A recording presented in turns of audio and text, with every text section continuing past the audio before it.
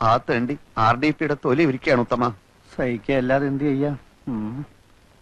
അവര് ജയിച്ച പാതി മീശ എടുക്കാന്ന് പറഞ്ഞത് കോട്ടപ്പള്ളിയല്ലേ?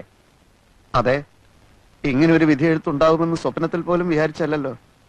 എന്താ ഉത്തമ ജനങ്ങൾ നമ്മളോട് ഇങ്ങനെ പെരുമാറിയത്? അതേ, ഒരു പാർട്ടിയിലും പെടാത്ത നിഷ്പക്ഷമതികളായ കുറെ ജനങ്ങളുണ്ടല്ലോ, ആ തെണ്ടികളായി ഇത്തവണ നമ്മളെ പറ്റിച്ചത്. നമ്മുടെ ഗവൺമെന്റ് എന്തൊക്കെ ജനങ്ങൾക്ക് കൊടുത്തു. കൂടുതലും വാഗ്ദാനങ്ങളാ കൊടുത്തത്. ഉത്തമ, നമ്മുടെ പാർട്ടിയെ നമ്മൾ തന്നെ വിമർശിക്കരുത്, അതും ഇന്നത്തെ ചുറ്റുപാട്. ഞാൻ ആലോചിച്ചപ്പോ ഒരു കാര്യം തോന്നിപ്പോവാണ്. എന്തേ? ജനങ്ങൾ സമ്പൂർണ്ണ സാക്ഷരത നേടിയതാണ് നമുക്കടിയായത്. എങ്ങനെ? സാക്ഷരത നേടിയപ്പോ ജനങ്ങൾക്ക് വിവരം വന്നല്ലോ. അതുകൊണ്ടാണോ ഇത്തവണ അവർ നമുക്ക് വോട്ട് ചെയ്യാത്തത് എന്നാണ് എന്റെ സംശയം. അത് ശരിയാ, ജനങ്ങൾക്ക് നല്ല ബുദ്ധി വന്നാ പിന്നെ അവരെല്ലാ പാർട്ടിക്കാരെയും കല്ലെറിഞ്ഞ് കൊല്ലാനിടയുണ്ട്. മറ്റു സംസ്ഥാനങ്ങളിലൊക്കെ എന്ത് സുഖ, സിനിമാ നടനോ നടിയോ ആരെ വേണമെങ്കിലും അവർ ജയിപ്പിക്കും. കാരണം അവിടെ സാക്ഷരതയില്ല, വീരാരാധന മാത്രമല്ലേ ഉള്ളൂ. അതൊക്കെ പോട്ടെ, ചില്ലറ വല്ലതുണ്ടോ പരിപ്പുടക്കും ചായക്കും? എല്ലാം തീർന്നില്ലേ? തെരഞ്ഞെടുപ്പ് കഴിഞ്ഞ പിന്നെ വീട്ടിൽ കയറിയിട്ടില്ലല്ലോ, പിന്നെ ഇവിടുന്ന കാശ്. എന്റെ അനുജനുണ്ടല്ലോ, ആ അലവലാതി അവിടെ നിന്നോണ്ട് എന്നെ നോക്കി ചിരിക്കുക. എങ്ങനെ ഞാൻ അവനെ ഫേസ് ചെയ്യും? വീട്ടിൽ പോവാതിരുന്ന വിശന്ന് ചാവുകയും ചെയ്യും. എന്നായാലും ഫേസ് ചെയ്തല്ലേ പറ്റൂ കോട്ടപ്പള്ളി. അതെ, തെരഞ്ഞെടുപ്പിൽ എന്തായാലും ജയിക്കുമെന്ന് വിചാരിച്ച് ഞാൻ പല വെല്ലുവിളികളും നടത്തിയതാ. ആകെ അബദ്ധമായി. ഞാൻ ഭയങ്കര ആവേശത്തിൽ അങ്ങനെ പ്രസംഗിച്ചുകൊണ്ട് നിൽക്കുകയായിരുന്നു. ജനങ്ങളുടെ കയ്യടിയും ബഹളവും കാരണം ആകെ പ്രശ്നം. അച്ഛാ, നേര് പറയട്ടെ, എന്റെ ഓരോ വാക്കിനും കയ്യടിയായിരുന്നു. അതിന്റെ ഇടയിലെ ഞാൻ മൂപ്പരെ കണ്ടത്. ഞാൻ കണ്ടു എന്ന് മനസ്സിലാക്കിയപ്പോ തന്നെ മൂപ്പര് പാർട്ടി ഓഫീസിനകത്തെ ഒറ്റ വലിച്ചില്ല. അപ്പൊ പിന്നെ എനിക്ക് ആവേശം മൂക്കാതിരിക്കൂ. INSP തെരഞ്ഞെടുപ്പിൽ ജയിച്ചാൽ പാതിമീശ വടിച്ചോളാമെന്ന് വീമ്പിളക്കിയവന്മാരൊക്കെ ഇന്നെവിടെ എന്ന് ഞാൻ അട്ടഹസിച്ചു. പിന്നെ ആളുടെ പൊടി പോലും കണ്ടിട്ടില്ല. അങ്ങനെയൊന്നും പറയണ്ടായിരുന്നു മോനെ. അച്ഛാ, ഈ രാഷ്ട്രീയം എന്ന് പറഞ്ഞാൽ പല്ലും നഖവും ഉപയോഗിച്ചുകൊണ്ടുള്ള ഒരു ആക്രമണമാണ്. നമ്മൾ മടിച്ചു നിന്നാലേ എതിരാളികൾ നമ്മളെ ആക്രമിക്കും. ഓ അപ്പടിയാ? പിന്നല്ലാതെ. എന്നാലും പ്രസംഗം കഴിഞ്ഞതിന് ശേഷം നിനക്ക് അവനെ ഇങ്ങോട്ട് വിളിച്ചോണ്ട് വരായിരുന്നു. നന്നായിരിക്കും. ഈ കവർ വിട്ടുകൊണ്ട് ഞാൻ അവരുടെ ഓഫീസിലേക്ക് കയറി ചെന്നാലേ വളരെ നന്നായിരിക്കും. പ്രവേട്ടം വരുന്നുണ്ട്. എവിടെ? പിൻവശത്തോടെ വരുന്നേ. മുൻവശത്തൂടെ വരാൻ ധൈര്യം കാണില്ലല്ലോ. നീ ഒന്നും മിണ്ടാതിരുന്നില്ലെങ്കിലുണ്ടല്ലോ. മോള് പോയി പ്ലേറ്റ് എടുത്തോണ്ട് വാ.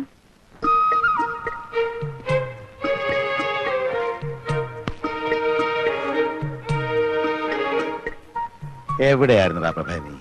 ഞാൻ വന്നിട്ട് ദിവസം എത്രയായി? കരുവാ, ഒന്നുകൊണ്ട് കഴിക്കുക.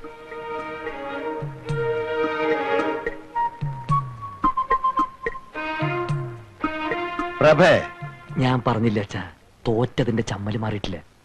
പ്രകാശ, നിന്നോടാ പറഞ്ഞത്. മാനു, നീ എന്ന് വിളിക്കും, വന്ന് ഊണ് കഴിക്കാൻ പറ. ഇവ നാട്ടടക്കി ഇരുന്നാ ഞാൻ വിളിക്കാം. മോനൊന്നും മിണ്ടണ്ട കേട്ടോ. ഇല്ല, ഞാൻ ഒന്നും മിണ്ടുന്നില്ല.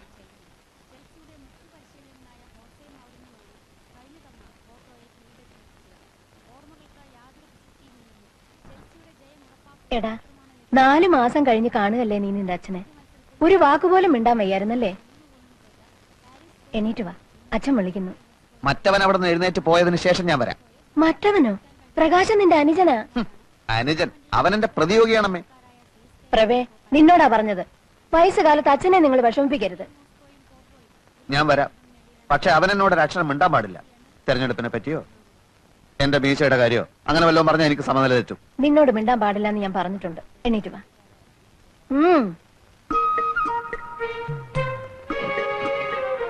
അവൻ എന്നെ നോക്കി ചിരിക്കാനും പാടില്ല. നടക്കടാ അങ്ങോട്ട്.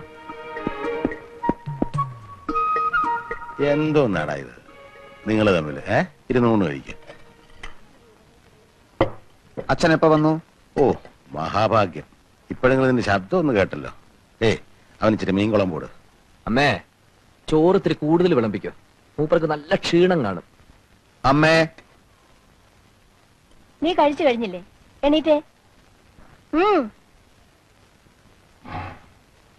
മോനെ, ഒരു തേർതലാകുമ്പോ എന്താന്ന് പറയാ, ഒരു തെരഞ്ഞെടുപ്പ് ആകുമ്പോ ഒരു പാർട്ടി ജയിക്കും, ഒരു പാർട്ടി തോക്കും. എന്നാൽ ഇങ്ങനെ ഉണ്ടാവും ഒരു തോൽവി. എനിക്ക് ചോറ് വേണ്ട. അവിടെ ഇരിക്കടാ. ഇരിക്കും മോനെ. പ്രകാശ. ഇല്ലച്ചാ, ഞാനൊന്നും മിണ്ടുന്നില്ലേ. ആരും അത്ര നകളിക്കൊന്നും വേണ്ട. IMF-കാർ നമ്മളെയൊക്കെ ഇപ്പൊ അറസ്റ്റ് ചെയ്യാൻ വരും. എന്തിന്? ഇന്റർനാഷണൽ മോണിറ്ററി ഫണ്ട് നമ്മുടെയൊക്കെ തലയെണ്ണി കടം വാങ്ങിച്ചിരിക്കല്ലേ അച്ഛാ. അച്ഛാ, ഇവിടെ ആരും ആരെയും അറസ്റ്റ് ചെയ്യാനൊന്നും പോകുന്നില്ല. IMF-കാർക്ക് ഞങ്ങൾ കൃത്യമായിട്ട് പലിശ കൊടുക്കുന്നുണ്ടല്ലോ. അതിന് ടൺ കണക്കിന് സ്വർണം വിദേശത്ത് കൊണ്ടുപോയി പണയം വെച്ചില്ലേ? അതില് ഭരണഘടനാ വിരുദ്ധമായിട്ട് ഒന്നുമില്ലല്ലോ. ഇത്ര സ്വർണം വിദേശത്ത് നിക്ഷേപിക്കാമെന്ന് വ്യവസ്ഥയുണ്ട്. വ്യവസ്ഥ?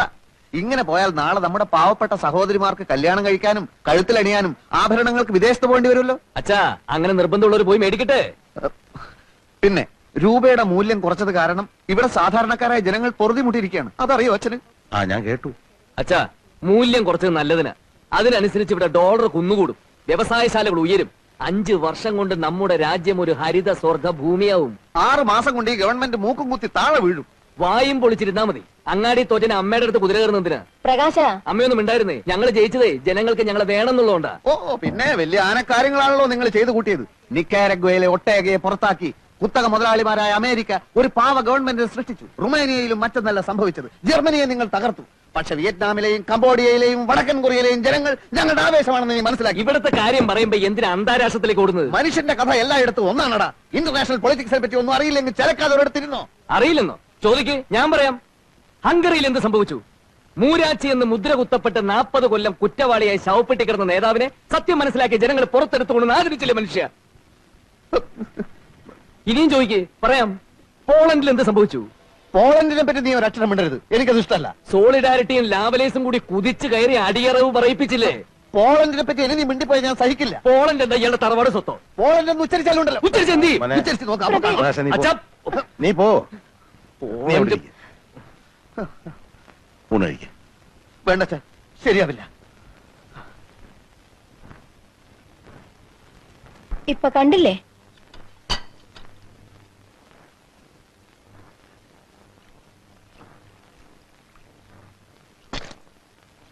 പാനുവേ, ഇപ്പൊ എനിക്കെല്ലാം മനസ്സിലായി. പ്രഭാകരനെയും പ്രകാശനെയും കുറിച്ച് നീ ഓരോന്ന് പറയാനുള്ള കാരണം എനിക്ക് പിടികിട്ടി. എന്താ? അവര് പറയുന്നൊന്നും മനസ്സിലാക്കാനുള്ള അറിവ് നിനക്കില്ല. അത് തന്നെ. എനിക്കും അതില്ലെന്ന് കൂട്ടിക്കോ. പക്ഷെ ഞാനും നീയുമായിട്ടൊരു ചെറിയ വ്യത്യാസമുണ്ട്. ഞാൻ ലോകം ഒരുപാട് കണ്ടവനാ. ഉശിലംപെട്ടി സ്റ്റേഷനിലൂടെ കടന്നുപോയിട്ടുള്ള ട്രെയിനില് എത്ര മഹാന്മാർക്ക് ഞാൻ പച്ച സിഗ്നൽ കാണിച്ചിട്ടുണ്ടെന്നറിയാവോ? ഇവന്മാർക്ക് അങ്ങനെ സിഗ്നലൊന്നും നിങ്ങൾ കാണിക്കണ്ട. തെരഞ്ഞെടുപ്പെന്നും പറഞ്ഞ് ഇവിടെ രണ്ടുപേരും കൂടെ കാട്ടിക്കൂട്ടിയ പൂലൊന്നും നിങ്ങൾക്കറിയില്ലല്ലോ. ഓ, എടീ, ഇനിയുള്ള കാലം നമ്മൾ രണ്ടുപേരും പ്രഭാകരന്റെയും പ്രകാശന്റെ അമ്മയും അച്ഛനുമായിട്ട് അടുത്ത് ചുമ്മാ ഇരുന്നാ മതി. അവരുടെ ഇപ്പോഴത്തെ പോക്ക് കണ്ടാ അറിയാം അവർ പെരിയ ആൾക്കാരാകുമെന്ന്. എന്റെ മക്കളെല്ലാം പെരിയവരാകും. എന്താണ് അത്ര വൈകിയത്? വൈകിപ്പോയി മാഷെ. അപ്പോ അപ്പൊ ആ സംഖ്യയെ ഇവിടെ വാ. വൈകി വരുന്നൊരു പതിവാക്കിയിരിക്കണോ? അല്ല, വരുന്ന വഴിക്ക് എന്നെ ഒരു പശു കുത്താൻ വന്നു ടീച്ചർ. സൈലൻസ്. ഈ കുട്ടികളെ ഒന്നും പശു കുത്താൻ വന്നില്ലല്ലോ. അല്ല, അത് പശുവിന് എന്നോട് എന്തെങ്കിലും മുൻവൈരാഗ്യം കാണും ടീച്ചർ. തന്റെ ധിക്കാരം കുറെ കൂടുന്നുണ്ട്. ഹോംവർക്ക് ചെയ്ത് കാണിക്ക്. രാത്രി വീട്ടില് കറണ്ട് ഇല്ലാത്തോണ്ട് ഹോംവർക്ക് ചെയ്തില്ല ടീച്ചർ. വേണ്ട വേണ്ട എന്ന് വെക്കും തോറും താൻ കുറച്ച് കൂടുന്നുണ്ട്. നിന്നെ ഞാൻ കറക്റ്റ് സമയത്ത് തന്നെ എത്തി. ചായ ചൂടാറുന്നതിന് മുമ്പ് എത്തില്ലായിരിക്കും സംശയം ഉണ്ടായിരുന്നു. ഉപ്മാവ് ഉണ്ടാക്കി മേശപ്പുറത്ത് വെച്ചിട്ടുണ്ട്. ആ പ്രശാന്തിനെ കൊണ്ട് ഞാൻ തോറ്റു കേട്ടോ. ഈ നിലയ്ക്ക് പോയാ അവനെ സ്കൂളിൽ നിന്ന് പുറത്താക്കാൻ ഞാൻ തന്നെ ഹെഡ്മാസ്റ്ററോട് പറയേണ്ടി വരും. ഇന്നെന്താ കംപ്ലൈന്റ്? ഞാനെന്ന് അടിക്കാൻ ഓങ്ങിയപ്പോ അവൻ എന്റെ കൈക്ക് കയറിയൊരു പിടുത്തം. അയ്യോ, ഞാൻ അവനെ രഹസ്യമായിട്ടൊന്ന് ഭീഷണിപ്പെടുത്താം. ഇനി രഹസ്യമായിട്ടൊന്നും പോരാ. നിങ്ങൾ മുടക്കിയിട്ട ഭാനിച്ചോട് ഇതുവരെ ഞാൻ പറയാതിരുന്നത്. ഇപ്പൊ അച്ഛനുണ്ടല്ലോ, മോനെ പഠിപ്പിക്കണ വേണ്ടെന്ന് അവര് തീരുമാനിക്കട്ടെ. പോട്ടെ ടീച്ചർ, അതൊന്നും അത്ര കാര്യാക്കണ്ട. കുട്ടികളാകുമ്പോ കുറച്ച് വികൃതിക്ക് ഉണ്ടാവും. നമുക്ക് മക്കളില്ലാത്തോണ്ട് അതൊന്നും മനസ്സിലാവാത്തത്. ഒരു കുഞ്ഞിക്കാല് കാണാൻ വേണ്ടി നമ്മൾ എന്തൊക്കെ ചെയ്തു. ഉരുളി കമത്തി, കുഞ്ഞിക്കുരു കൊണ്ട് തുലാഭാരം നടത്തി. അങ്ങനെ നമ്മുടെ പ്രാർത്ഥന കൂടി വന്നപ്പോ ദൈവം ടീച്ചർക്ക് ഒരുപാട് വികൃതി കുട്ടികളെ തന്നു. അത് സ്കൂളിലായി പോയി എന്ന് മാത്രം. അപ്പോഴേക്കും വിഷമായ. ഒരു തമാശ പറയാൻ കൂടി പറ്റില്ല. കഷ്ടാണ്. മക്കളില്ലാന്ന് വെച്ച് നമുക്ക് എന്താ ഇവിടെ കുറവ്? നീ പോയി ചായ കുടിക്കേ. അവനെ ഞാനൊരു ഈർക്കലെടുത്ത് തല്ലി കൊല്ലാൻ പോവാ.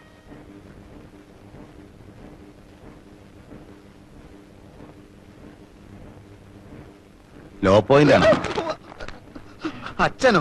ഞാൻ വിചാരിച്ച ഏതോ കുത്തക മുതലാളിയാണെന്ന് പേടിച്ചു പോയി. മുതലാളിമാരെ എന്തിനാ പേടിക്കുന്നത്? അവരെ മാത്രമാണ് അച്ഛാ പേടിക്കേണ്ടത്. വിപ്ലവത്തിന്റെ ശത്രുക്കൾ, സ്ഥിതി സമത്വത്തിന്റെ പാതയിലെ കുപ്പിച്ചില്ലുകൾ, കാരമുള്ളുകൾ, കാളസർപ്പങ്ങൾ. ഇങ്ങനെ പേടിച്ചുള്ളൊരു ജീവിതം നിനക്ക് വേണോ പ്രഭേ? വക്കീൽ ഭാഗം പഠിച്ചിട്ട് നീ എന്താ കോടതി പോകാത്തെ? കോടതി പോകാൻ വേണ്ടി അല്ല അച്ഛൻ ഞാൻ വക്കീലായത്. നേതൃസ്ഥാനത്തേക്ക് ഉയരാൻ ഇപ്പൊ എല്ലാരും LLB എടുക്കണ്ടല്ലോ. സാധാരണക്കാരനല്ലെന്ന് മറ്റുള്ളവരെ തോന്നിക്കാൻ ഇതാണ് അച്ഛാ പറ്റിയ മാർഗം. കോടതി കേസ് ജയിക്കാനൊക്കെ നല്ല മിടുക്ക് വേണ്ടേ? നീ ലോ പോയിന്റ്സ് ഒക്കെ എഴുതിയെടുക്കാണെന്നാ ഞാൻ കരുതിയത്. അല്ല, ഇത് ഞങ്ങളുടെ താത്വികമായ പുസ്തകങ്ങളാണ്. ഞാനാണിപ്പോ മാനങ്കര മണ്ഡലത്തിലെ പാർട്ടിയുടെ ബുദ്ധിജീവി. സ്റ്റഡി ക്ലാസ്സുകളൊക്കെ എടുക്കുന്നത് ഇപ്പൊ ഞാനാണ്. ബുദ്ധിജീവി ആയില്ലെങ്കിൽ ഭയങ്കര പ്രശ്നമാണ് അച്ഛാ. എന്ത് പ്രശ്നം? സമരത്തിന് പോണം, അടിപിടിക്ക് പോണം, അങ്ങനെ പല രീതിയിലും നമ്മുടെ തടി കേടാകും. ബുദ്ധിജീവിയാകുമ്പോൾ നമ്മൾ പുറകിലിരുന്ന് ചുമ്മാ ആഹ്വാനങ്ങൾ ചെയ്തുകൊണ്ടിരുന്നാ മതി. ഫാക്ടറി അടച്ചു പൂട്ടിക്കുക, പോലീസിനെ ആക്രമിക്കുക, മുതലാളിയെ കുത്തിക്കൊല്ലുക. നമ്മളൊന്നും അറിയണ്ടല്ലോ, എല്ലാ അണികൾ ചെയ്തോളൂ. അപ്പൊ ഈ രാഷ്ട്രീയം എന്ന് പറഞ്ഞാൽ കൊല്ലും കൊലയാണോ? അതായത് മനുഷ്യന്റെ ബേസിക് നീഡ്സ് എന്തൊക്കെയാണ്? Food, clothing, shelter. അതാണല്ലോ. അത് മാറി. ലോകത്ത് എവിടെയെങ്കിലും ഫുഡിന് വേണ്ടിയോ ക്ലോത്തിങ്ങിന് വേണ്ടിയോ ഷെൽട്ടറിന് വേണ്ടിയോ സമരം നടന്നിട്ടുണ്ടോ? അതില്ല. സ്വാതന്ത്ര്യത്തിന് വേണ്ടി നടന്നിട്ടുണ്ട്. സ്വാതന്ത്ര്യത്തിന് വേണ്ടി മാത്രമേ നടന്നിട്ടുള്ളൂ. ഉട്ടോപ്യൻ യുഗത്തിലല്ല നമ്മൾ ജീവിക്കുന്നത്. റിവിഷനിസ്റ്റുകൾ, പ്രോലറ്റേറിയറ്റ്സിന്റെ കാലാകാലങ്ങളായിട്ടുള്ള വിഘടനവാദം. എന്താണ് ഒക്ടോബർ വിപ്ലവം? വാട്ട് ഈസ് ചൈനീസ് മതിൽ? പറയൂ. അച്ഛന് സംശയം തീർക്കാൻ ഞാൻ കുറച്ച് പുസ്തകങ്ങൾ തരാം കേട്ടോ. ഈ ഭരണം കയ്യിലുള്ളപ്പോഴേ പാർട്ടിയെ വളർത്താൻ പറ്റും, അല്ലാതെ ഭരണം പോയിട്ട് പിന്നെ പറഞ്ഞിട്ട് പോലല്ല. പാർട്ടി വളർത്തലും അച്ചടക്കം കൂടി ഒരുമിച്ച് പറഞ്ഞാൽ എന്താ ചെയ്യാ? അതാണ് പ്രശ്നം. പാർട്ടി എന്നൊക്കെ പറഞ്ഞാൽ കുറച്ച് അച്ചടക്കമൊക്കെ വേണമെന്നാണ്. പ്രസിഡന്റ്, ഈ ചൂട്ടെന്താ ചെയ്യണ്ടേ? ചൂട്ട് നീ കുറേശ്ശെ തിന്നോ. കുത്തിക്കെടുത്തടായി. ഒരു ചൂട്ട് എന്തേന്ന് അറിഞ്ഞുകൂടാത്തവനാണ് ജനസേവനത്തിന് ഇറങ്ങിയിരിക്കുന്നത്. ഇതായിരിക്കും KRPയുടെ അച്ഛൻ. അച്ഛന് മനസ്സിലായില്ലേ? KG പൊതുവാൾ ഞങ്ങളുടെ മണ്ഡലം പ്രസിഡന്റ്. എന്ത് ചോദ്യാണ്, അറിയാണ്ടിരിക്കോ? പ്രത്യേകിച്ച് മാനങ്കര മണ്ഡലത്തിൽ ഒരു വോട്ടർ. നമ്മുടെ പേരെന്താണ്? രാഘവൻ നായർ. മിസ്റ്റർ രാഘവൻ നായർ. ഈ പയ്യനുണ്ടല്ലോ KRP, മിടുക്കനാ. ഇവൻ വലിയവനാകും. ചൂട്ട് കത്തിക്കട്ടെ. ഞങ്ങള് ഒരു വലിയ സന്തോഷ വാർത്ത അറിയിക്കാനാണ് ഈ രാത്രി ഇങ്ങോട്ട് വന്നിട്ടുള്ളത്. എന്താണാവോ? INSPയുടെ ഭാരതയാത്രാ ഫണ്ടിനുള്ള പണപ്പിരിവ് ഉടൻ തുടങ്ങിയ. അത് സാരല്ല, 5000 10,000 എത്രയാണെന്ന് വെച്ചാൽ KRP ഏൽപ്പിച്ചാൽ മതി. അതല്ല ഞങ്ങൾ പറയാൻ വന്നേ. യശ്വന്ത് സഹായിച്ചാണല്ലോ ഭാരതയാത്രാ സംഘത്തിന്റെ നേതാവ്. ആരാ? കേട്ടിട്ടില്ലേ? INSPയുടെ ക്യാമ്പയിൻ ജോയിന്റ് സെക്രട്ടറി യശ്വന്ത് സഹായിജി. ഞാൻ കേട്ടിട്ടില്ല. അച്ഛൻ കുറെ കാലം തമിഴ്നാട്ടിലായിരുന്നല്ലോ. അതുകൊണ്ട് തമിഴ്നാട്ടിൽ ജീവിക്കുന്നവർക്ക് ഒരു അഖിലേന്ത്യാ നേതാവിനെ കേട്ടൂടെ? മിസ്റ്റർ നായർ, ഇനിയെങ്കിലും ഞങ്ങളുടെ നേതാക്കന്മാരുടെ പേരുകളൊക്കെ ഒന്ന് ബൈഹാർട്ട് ചെയ്യാൻ ശ്രമിക്കൂ. കത്തിക്കട്ടെ. കൊണ്ടുപോകണം അവിടുന്ന്. അപ്പൊ മിസ്റ്റർ നായർ, അഭിവന്ദ്യനായ സഹായിജി ഈ മാനങ്കരയിലും ഒരു ദിവസം തങ്ങുന്നുണ്ട്. അന്നേ ദിവസം അദ്ദേഹത്തിനുള്ള ലഞ്ച് ഈ വീട്ടിൽ തന്നെ കൊടുക്കണമെന്ന് KRP ഭയങ്കരമായി അപേക്ഷിച്ചുകൊണ്ടിരിക്കുകയാണ്. ഈ ലഞ്ച് തട്ടിയെടുക്കാൻ ഞങ്ങളിൽ തന്നെ പ്രമുഖരായ പലരും കളിക്കുന്നുണ്ട്. നിങ്ങൾക്ക് ഭാഗ്യമുണ്ടെങ്കിൽ സഹായിജി ഈ വീട്ടിൽ നിന്ന് ഉണ്ണു. അച്ഛാ, അങ്ങനെ വല്ല വീട്ടിൽ നിന്ന് ഉണ്ണുന്ന ആളല്ല സഹായിജി. അല്ല പിന്നെ സഹായിച്ച് ഇവിടുന്ന് ഉണ്ണണേ ദൈവത്തോട് പ്രാർത്ഥിച്ചോളൂ. ഞാനും ശ്രമിക്കാം. അപ്പൊ മറ്റേ KRP ഇനി ചൂട്ട് കത്തിക്കാവോ? നിന്റെ ഒരു പണ്ടാറടിക്ക ചൂട്ട്.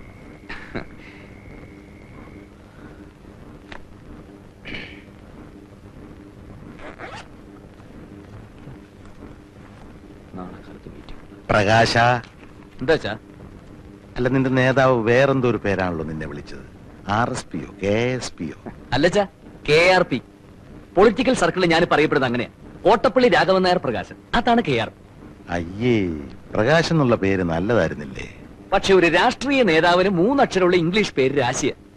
ഇപ്പോ MGR, NTR, PKB, EMS, AKG എല്ലാം 3 അക്ഷരല്ലേ?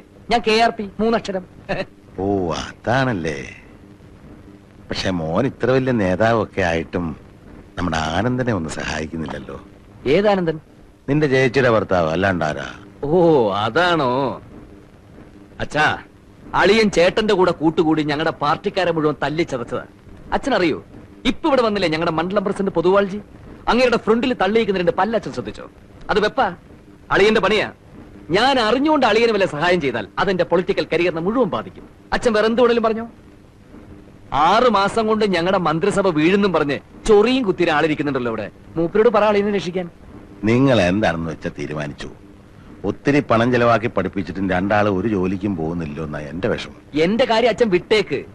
അച്ഛാ, ഈ രാഷ്ട്രീയ പ്രവർത്തനം ഇപ്പൊ പഴയതുപോലെ ജയിലിൽ കിടക്കലും സ്വാതന്ത്ര്യം വാങ്ങലൊന്നും അല്ല.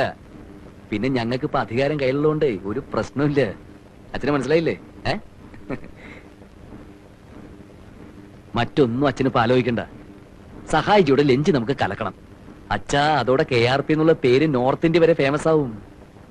അവിടെയാ? പിന്നെ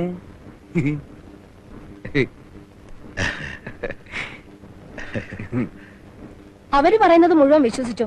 എനിക്കെന്താ, ഫേമസ് ആകും അത്രേ. അവരെ എങ്ങനെങ്കിലും നിർബന്ധിച്ച് ജോലിക്ക് വിടാനല്ലേ ഞാൻ നിങ്ങളോട് പറഞ്ഞത്. എടീ, ഞാനൊരു കാര്യം തീർത്തു പറയാം. നമ്മുടെ മക്കൾക്ക് എന്നെക്കാളും നിന്നെക്കാളും ബുദ്ധിയുണ്ട്. നമ്മൾ മനസ്സിൽ കാണുമ്പോ അവർ മരത്തിൽ കാണും. നിനക്കറിയാവോ, ട്രാക്ക് മാറി ഓടിയ തീവണ്ടിക്ക് സ്വന്തം കുപ്പായ ഊരി കത്തിച്ച് സിഗ്നൽ കൊടുത്തവനാ ഞാൻ.